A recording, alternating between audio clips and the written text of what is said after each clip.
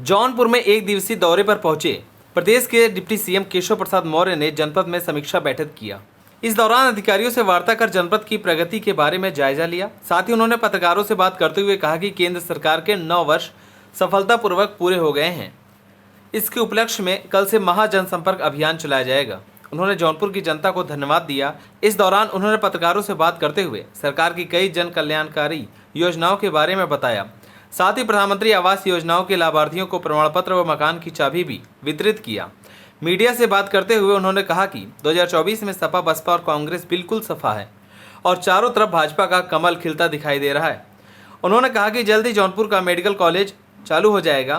केशव प्रसाद मौर्य ने अपने बेटे को लेकर भी बड़ा बयान दिया। उन्होंने कहा कि बेटे के बयान का कोई मतलब नहीं है। आपको बता दें कि केशव प्रसाद मौर्य के बेटे ने कहा था कि पहले पुलिस आजम खान के भैंस को ढूंढती थी, अब बदमाशों को गोली मारती है। डिप्टी सीएम जौनपुर के एक दिवसीय दौरे पर थे, जहां उन्होंने एक निजी कार्यक्रम में भी शिरकत की। जौनपुर से शहर खबर के लिए दीपक श्रीवास्तव की रिपोर्ट।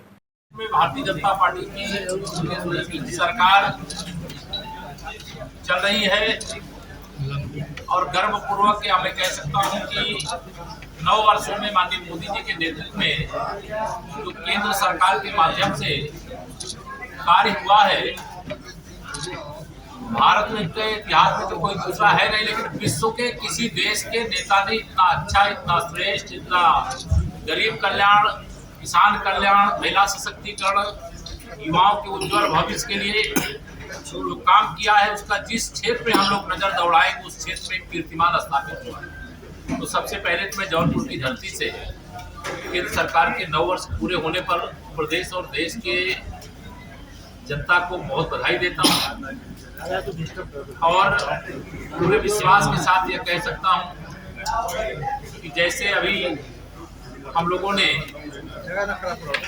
नगर निकाय के चुनाव में ऐतिहासिक सफलता प्राप्त की है, वैसे ही 2024 के लोकसभा चुनाव में भी प्रदेश की 80 लोकसभा सीटें जीतने के संकल्प के साथ आज भारतीय जनता पार्टी ने महासंपर्क अभियान का शुभारंभ किया। जिले की समीक्षा बैठक के माध्यम से आज जौनपुर जनपद में कई क्षेत्रों में बहुत अच्छे काम हुए हैं। कई दृष्टियों से जिला टॉप 10 में अपना स्थान रखता है, लेकिन अभी भी जो काम अधूरे हैं उनको बहुत एक अभियान चला करके पूर्ण करने के निर्देश दिए गए। जैसे विद्युतीकरण की समस्या, बहुत सारे गांवों में विद्युतीकरण होना था, लेकिन कोई कंपनी पूर्व में काम कर रही थी, तो अधूरे काम छोड़ करके गई है। तो फेज 3 के अंतर्गत उनको सब कवर किया जाए और हर घर तक जो बिजली पहुंचाने का काम है